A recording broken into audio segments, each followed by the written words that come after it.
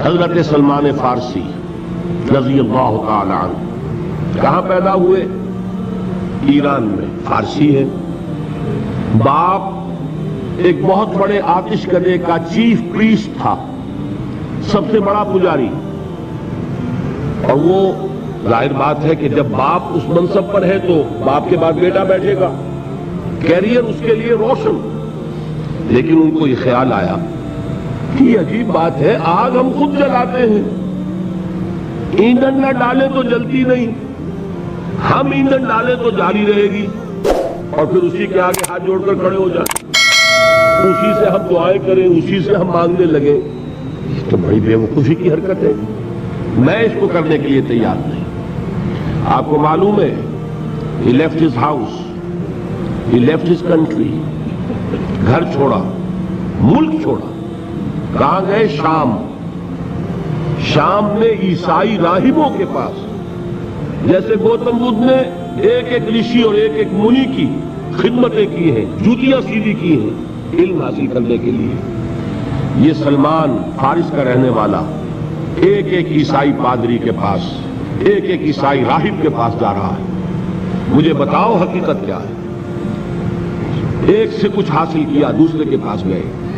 اب آخری جو شخص تھا، بہت نیک، بہت زاہد، بہت عالم، بہت عارف شخص، کیونکہ آپ کو علم میں ہے کہ اس وقت تک جب تک حضور پر وحی نازل نہیں ہوئی تو دین کون سا تھا؟ دین عیسوی، اور وہ دین عیسوی کے ماہر اور بڑے ہی ایسے روحانی طور پر اعلیٰ مقام پر فائز راہب موجود تھے۔ حضور کو بچپن میں پہچانا ایک راہب نے، بحیرہ راہب، پہچانا کہ نہیں پہچانا؟ اسی طرح کا یہ راہب تھا کوئی شخص۔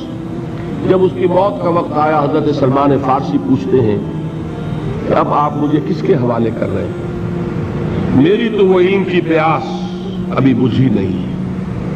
وہ شخص کہتا ہے میرا علم یہ مجھے بتا رہا ہے کہ نبی آخر الزماں کے ظہور کا وقت اب قریب ہے۔ تمہارے اندر جو یہ پیاس ہے علم کی، یہ تو انہی کے دامن میں پہنچ کر اس کو سیری حاصل ہوگی، اور میرا علم مجھے بتاتا ہے کہ جنوب کی طرف کھجوروں کی سرزمین میں ان کا ظہور ہوگا، لہذا قسمت یاوری کرے گی، بسم اللہ کرو، ادھر کا رخ کرو۔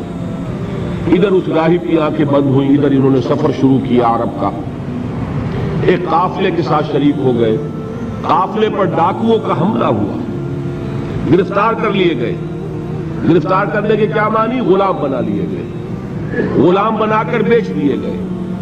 لیکن خریدار کون تھا؟ مدینے کا ایک یہودی، یہ ہے طلب صادق، کشاں کشاں چاہے غلام کی حیثیت سے جا رہے ہیں مدینے، قسمت جو ہے یاوری کر رہی ہے۔ بظاہر یہ ہے کہ لوٹے گئے، غلام بنا لیے گئے، مدینے پہنچ گئے۔ حضور ابھی تشریف نہیں لائے، ابھی مکے میں ہے، لیکن خبریں آ رہی ہیں کہ مکے میں کسی نے دعویٰ کیا ہے نبوت کا۔ اب یہ منتظر ہیں، جا سکتے نہیں کہ غلام ہیں، آزاد تو ہے نہیں کہ اپنی مرضی سے موو کریں۔ میں یہ کہا کرتا ہوں یہ سلمان وہ شخص ہے، فارس کا سلمان، جس کے بارے میں وہ بات 100% صحیح ہے کہ پیاسا کنویں کے پاس نہیں گیا، کنواں پیاسے کے پاس چل کر آیا کہ محمد الرسول اللہ مدینے پہنچے ہیں صلی اللہ علیہ وسلم۔ اب انہیں خبر ملی، آ گئے وہ، لیکن یہ کہ بہرحال کیسے پہچانوں کہ جھوٹا ہے یا سچا نبی ہے؟ میرے لیے کیا پہچان ہے؟ راہب سے ایک سوال کیا تھا، اس نے کہا تھا دیکھو ایک پہچان میں تمہیں بتا دیتا ہوں، وہ صدقہ اور خیرات قبول نہیں کریں گے، ہدیہ قبول کریں گے۔ لہذا اب یہ چشم تصور ہی سے آپ دیکھیے کتنی منت سماجت کی ہوگی، اپنے اس یہودی آقا کی رخصت لی، ساتھ ہی کھجوریں کچھ حاصل کی، کھجوروں کو ٹوکری میں ڈالا، حضور کی خدمت میں پہنچ گئے۔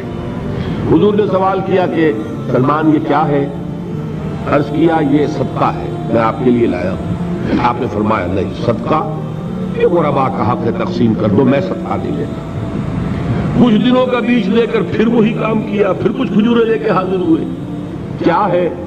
یہ ہدیہ ہے، آپ کی خدمت میں پیش کر رہا ہوں۔ فرمایا ہاں ہدیہ میں قبول کرتا ہوں۔ فوراً ایمان لائے، قدموں میں گر گئے۔ اب آپ بتائیے کہاں سے کہاں سلمان پہنچا ہے؟ اگر وہ بھی اپنے معاشرے میں جو چیز مانی جا رہی تھی اس کو مان کر اپنی زندگی بتا دیتا تو کیا محمد رسول اللہ صلی اللہ علیہ وسلم کے قدموں تک پہنچنا نصیب ہوتا؟ یہ ہے وہ واقعہ